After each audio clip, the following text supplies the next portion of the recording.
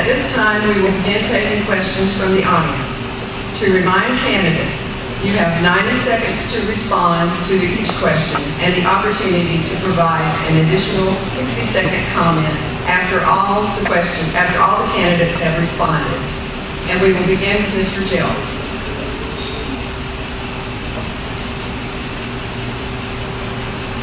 Oh, I'm sorry. I zoned out. If Charleston does not receive the $71 million in gifts for remodeling the Gilliard, how will this shortfall be paid for? I'm sorry, repeat that question. If Charleston does not receive the $71 million in gifts for remodeling the Gilliard, how will this shortfall be paid for? Well, I was at the Gilliard last week, and we need to talk about priorities in this city. How is it that you can have a mayor for 36 years and the crosstown is not fixed? We have to start raising these new questions, you see. And if you think it is a coincidence that work in the crosstown started in an election year, then there's a bridge I want to sell you in Mount Pleasant. It is not a coincidence. Any money going towards the Gilliard, we don't put it towards the crosstown. It needs to be fixed. The mayor went to the State Infrastructure Bank Board begging for money. All of a sudden, he's begging for money. And the mayor said at that meeting, and I quote, "The flooding downtown threatens the lives, the safety, and the health of our citizens." End quote.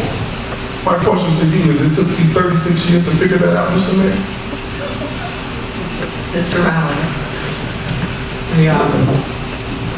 The Gilliard renovation is a wonderful job creator. Hundreds of jobs, created about 1,000 jobs in construction, almost 400 jobs annually because of the increased capacity of it.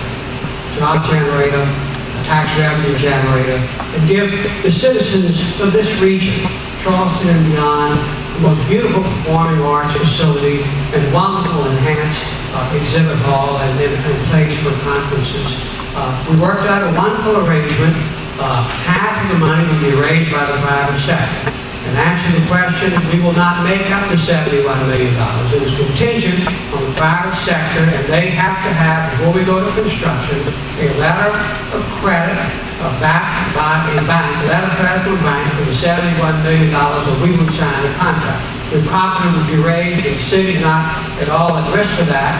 And the Gilliard gave us an extension of the tax increment district, which then gives us additional money to put to the crosstown. That's how we were able to put together the financing plan that we took to the State Infrastructure Bank, which has said that the best presentation any community has ever made to the State Infrastructure Bank.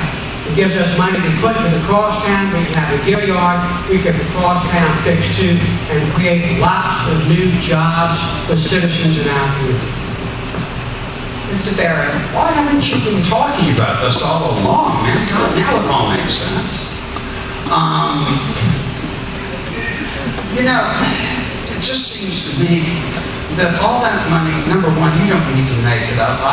Quite frankly, I don't think the city itself should have a thing to do with it. I think, depending on the guests, you know, for $40 million, you can do a bang-up exhibition hall. You can do a bang-up auditorium. You really can't. Killer sound system in there. I'm just saying that there are better places to put an office building for the city. I suggest the cigar factory, which is about to fall down now from neglect. Wasn't the city involved with that years ago? Didn't they have the city offices in there? Why can't we do that? I don't think we understand. There's an economic tsunami headed this way, and we better start paying attention to where this money's going, and I don't think we need to waste any more money on the monument to self-importance. Thank you. Please hold your applause. Mr. Gregory? Yes.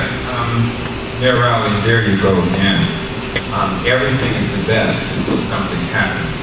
We had the best fire department in the country, and look what happened. As a result of the shortfall for the Gilliard Auditorium, in all honesty, I don't know where it will come from. I know that we have commitments, however, I still don't know where it will come from. Here we go again, another deal that's not enforceable.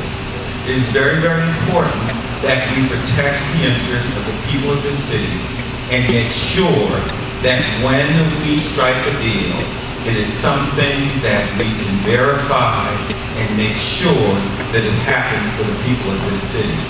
Too much time we've gone into projects, and when there's a shortfall, who ends up paying the shortfall? The people of the city, through tax increases. I've been on council since 2009, and since I've been on council since 2009, we've either had a tax increase or a franchise fee increase.